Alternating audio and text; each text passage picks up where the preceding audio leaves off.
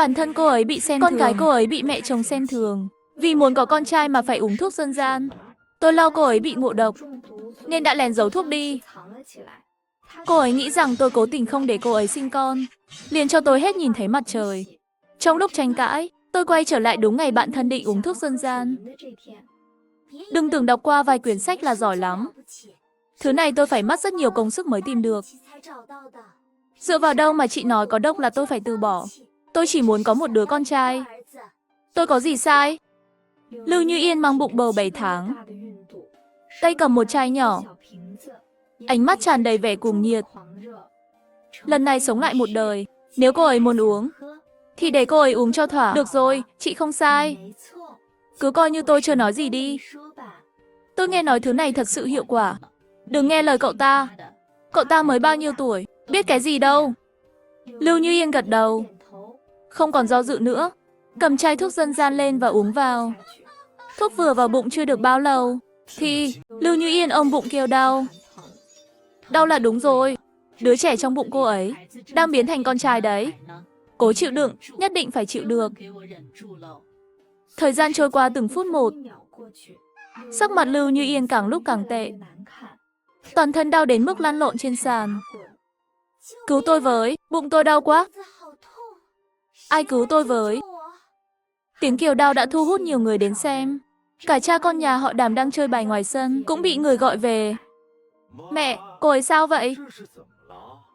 Con đừng lo, sắp được bế cháu trai rồi. Lưu Như Yên làm sao thế? Cô ấy uống thuốc dân gian. Nói là uống thuốc này có thể biến đứa bé trong bụng thành con trai. Có chuyện tốt như vậy sao? Thật sự là quá tuyệt vời. Tôi điên mất thôi. Nhà này vì muốn có con trai mà đến mức phát điên rồi. Lúc này, Lưu Như Yên đang nằm dưới đất, không còn phản ứng gì nữa. Đàm Chí Viễn không khỏi lo lắng. Cô ấy không phải đã mất rồi chứ? Tiểu Vi, em học đại học, đọc nhiều sách. Chuyện này là sao vậy? Lưu Như Yên không sao chứ? Tôi mới bao nhiêu tuổi? Cái gì cũng không hiểu. Làm sao tôi biết cô ấy có sao hay không? Nói xong, tôi hất tay anh ta ra và định về nhà. Đàm Chí Viễn cản tôi lại. Cô tiến sát vào tôi. Em là bạn thân của Lưu Như Yên. Bây giờ cô ấy thế này, sao em có thể bỏ đi được? Tôi đâu phải cha cô ấy. Không có trách nhiệm phải lo. Thuốc dân gian cũng không phải tôi bắt cô ấy uống. Nếu thật sự có chuyện gì xảy ra, cũng không liên quan đến tôi. Đàm Chí Viễn còn định dây dưa thêm, nhưng bị mẹ anh ta ngăn lại. Mau đưa vợ con đến bệnh viện đi. Không thể để xảy ra chuyện lớn được. Cháu trai của tôi vẫn còn trong bụng cô ấy. Lúc này, Đàm Chí Viễn mới để tôi rời đi. Sau đó, họ đưa Lưu Như Yên lên xe 3 bánh và nhanh chóng đến bệnh viện. Cô ấy được cấp cứu suốt 3 ngày 3 đêm mới giữ được mạng sống, để có thể giữ lại đứa bé. Đàm Chí Viễn đồng ý để bác sĩ cắt bỏ tử cung của Lưu Như Yên. Nhưng đáng tiếc, đứa bé lại là một bé gái. Lưu Như Yên phải nằm trên giường 2 tháng mới hồi phục. Vừa có thể xuống giường, cô ấy tìm đến tôi và quỳ xuống trước mặt tôi. Cậu làm gì vậy? Tử cung của mình đã bị bác sĩ cắt bỏ. Mình không thể sinh con được nữa. Sống như vậy thì còn ý nghĩa gì? Tiểu Vi, chúng ta là bạn thân từ nhỏ.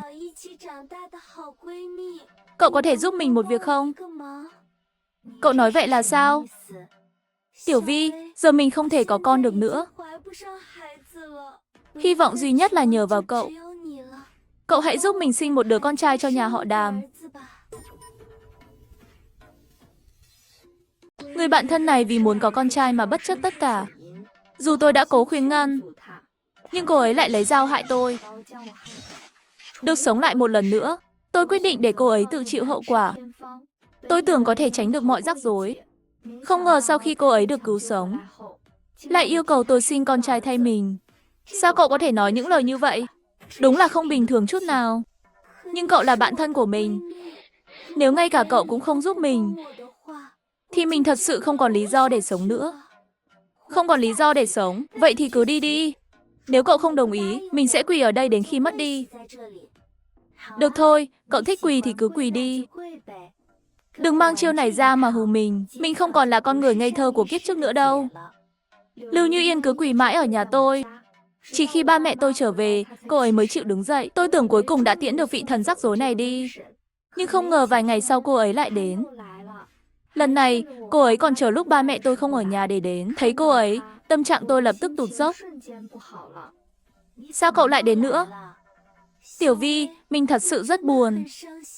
Chúng ta là bạn thân bao năm nay. Mà cậu lại không chịu giúp mình một việc nhỏ như vậy. Cậu còn bảo mình tự đi mà lo. Trái tim cậu sao lại cứng rắn đến thế? Cậu tự chìm trong vũng buồn thì thôi. Sao lại kéo cả mình vào theo? Đây mà là chuyện một con người nên làm sao? Xem ra cậu quyết không đồng ý rồi. Vậy thì biến đi. Từ nay đừng xuất hiện trước mặt mình nữa. Và cũng đừng nhắc đến hai chữ bạn thân nữa. Nghe thấy là mình muốn nôn. Lưu Như Yên không trả lời tôi, mà chỉ nhìn chằm chằm ra ngoài. Ánh mắt cô ấy dần trở nên đầy thù hận. Sau đó, cô ấy hướng ra cửa sân và hét lên, vào đi. Lời cô ấy vừa dứt, Đàm Chí Viễn cùng hai người anh em họ của hắn bước vào. Ánh mắt bọn họ nhìn tôi đầy vẻ khó chịu và kinh tởm. Cậu không thể trách mình được. Đây đều là do cậu ép thôi. Tôi nghe Như Yên nói cậu đồng ý sinh con trai cho tôi. Tôi thật sự hối hận. Lẽ ra khi được sống lại, tôi nên tìm cách giải quyết mọi chuyện từ đầu. Đàm Chí Viễn và hai người kia càng lúc càng tiến gần đến tôi. Đến khi tới gần, hắn nở nụ cười đầy quỷ quyệt. Tôi biết mà, việc thường ngày cậu tỏ vẻ không quan tâm tôi. Chỉ là giả vờ thôi. Trong lòng cậu chắc chắn thích tôi. Cậu có gì để tôi phải thích chứ? Có sức hút gì mà tôi phải thích? Cậu nói tôi sẽ sinh con trai cho cậu. Chuyện này mà cậu cũng tin được à? Đừng quan tâm cô ấy có thích cậu hay không. Đợi khi mọi chuyện đã rồi. Cô ấy mang thai con cậu. Lúc đó cậu còn sợ cô ấy không đồng ý à? Đàm Chí Viễn bị lời nói thuyết phục. Hắn bắt đầu đẩy tôi vào phòng. Lưu Như Yên cùng hai người anh họ của hắn đứng ngoài canh giữ. Khi cửa phòng đóng lại, Đàm Chí Viễn lập tức bắt đầu hành động. Tôi bất chợt nhớ ra, con dao gọt trái cây lúc trước vẫn nằm trên tủ bên cạnh. Vậy nên tôi vừa di chuyển về phía tủ, vừa tìm cách kéo dài thời gian. Đàm Chí Viễn, cậu đã có 8 đứa con gái rồi. Nhất thiết phải có một đứa con trai nữa sao?